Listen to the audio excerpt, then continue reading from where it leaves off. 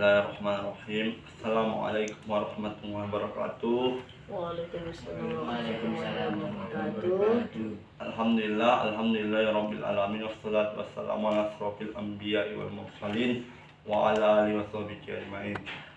Baiklah, di sini Abang mempresentasikan judul makalah Abang yang berjudul Menumbuhkan Intimasi Seksual Suami dan Istri.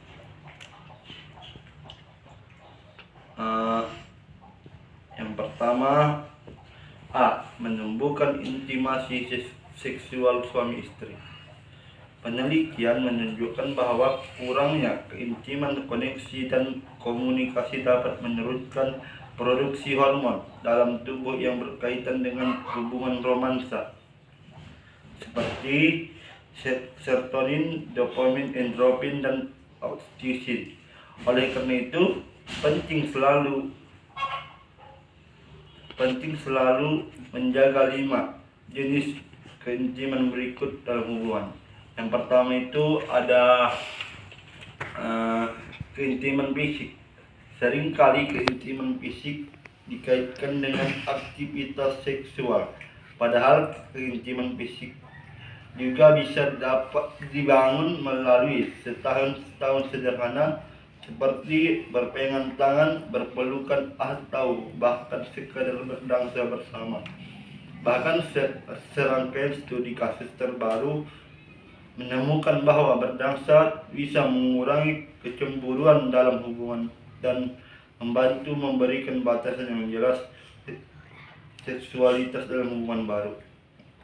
Berikut ini ide aktivitas yang bisa kamu lakukan dengan pasangan untuk meningkatkan keintiman fisik. Yang pertama itu olahraga bersama, berdangsa, memijat pasangan, berdiskusi, hubungan seksual. Baru yang kedua, keintiman emosional. Ketakutan terbesar beberapa seseorang yang membangun keintiman adalah aspek emosional. Ketika berbicara keintiman emosional, hal yang paling untuk diingat adalah perihal waktu. Dari semua keintiman menjadi secara emosional membutuhkan waktu, kepekaan, dan komunikasi yang tidak sedikit.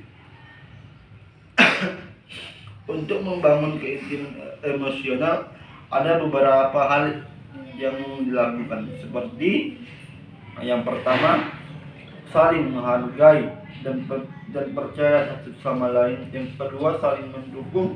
Yang ketiga, memahami niat pasangan. Yang keempat, menerima diri sendiri. Yang ketiga, keintiman intelektual. Keintiman intelektual bisa menjadi yang terbaik untuk dibangun dibanding keintiman lainnya. Keintiman intelektual tidak hanya sebatas memahami satu sama lain, tetapi keintiman ini terbentuk ketika kamu dan pasangan bisa saling berbagi ide, pikiran, harapan, dan ketakutan, serta keinginan masing-masing. Hal terpenting dalam membangun keintiman intelektual adalah keinginan untuk saling mendengarkan, menerima, dan berbagi sudut pandang. 4. Keintiman reksional. Keintiman reksional bukan berarti hanya bisa terbentuk jika kamu dan pasangan sering berpergian. Keintiman ini bisa dibangun dengan mencari hiburan atau menghabiskan waktu bersama. Misalnya dengan menonton bioskop,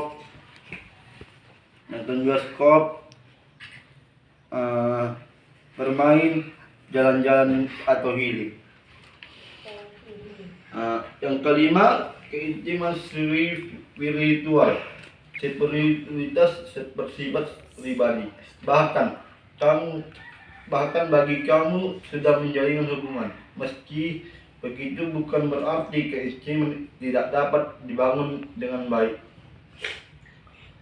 Jika pasanganmu memiliki kepercayaan yang sama, melakukan ibadah bersama bisa menjadi untuk memperkuat keintiman spiritual.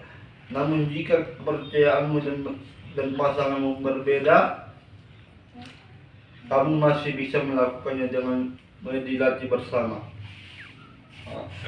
Yang B, hubungan seksual suami istri. Hubungan seksual merupakan salah satu bentuk keintiman dan relasi pernikahan. Semakin pasangan itu menikmati hubungan seks yang mereka lakukan, semakin bahagia. Makanya kok kita melakukan hubungan seks itu harus ada dia pemanasan dulu atau orang itu ya, atau ini. C, keintiman hubungan. Keintiman berasal dari bahasa Latin intimus, yang berarti yang paling dalam. Keintiman adalah kemampuan seseorang untuk menghubungkan diri dan berpasangan dan mengembangkan kekuatan yang pantas untuk dipertahankan sebuah komitmen, serta melakukan pengorbanan dan kesepakatan derajat. Maksudnya kalau yang hubungan seksual itu harus ada kesepakatan. Contohnya ditanya dulu istrinya, apakah kamu bersedia malam ini? Kalau tidak bersedianya istrinya, ya udah, gitulah.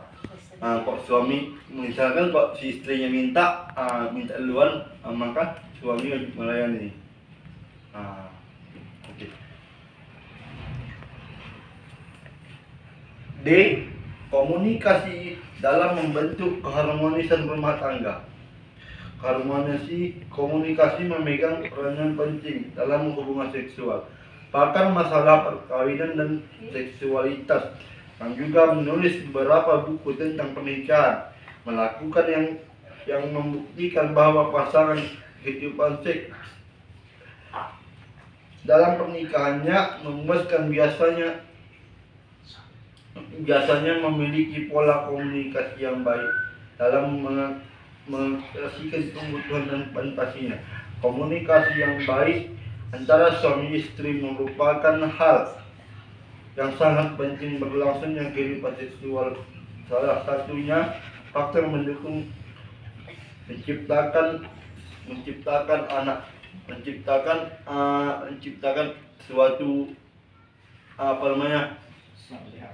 suatu anak yang baik itu.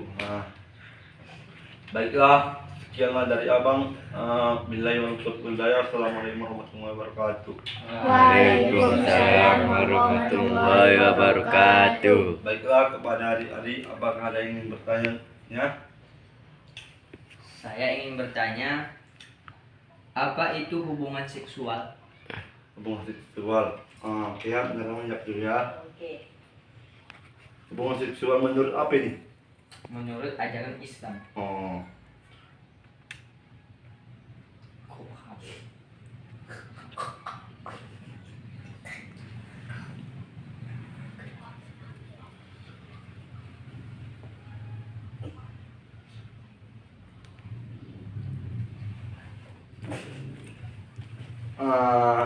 Kalau di dalam Islam hubungan seksual itu hubungan intim pasangan suami istri adalah wajib. Hubungan intim bahkan menjadi ibadah yang memberikan pahala pasangan suami istri yang melakukan jika dilakukan dengan Islam. Maka ada hari waktu dianjurkan untuk melakukan hubungan intim antara suami istri. Contohnya malam-malam yang baik itu untuk berhubungan malam Jumat, malam Senin. Itulah kata-kata yang tahu. Apakah adik bisa menerima? Bisa. Sekian dari abang. Assalamualaikum warahmatullahi wabarakatuh. Waalaikumsalam warahmatullahi wabarakatuh.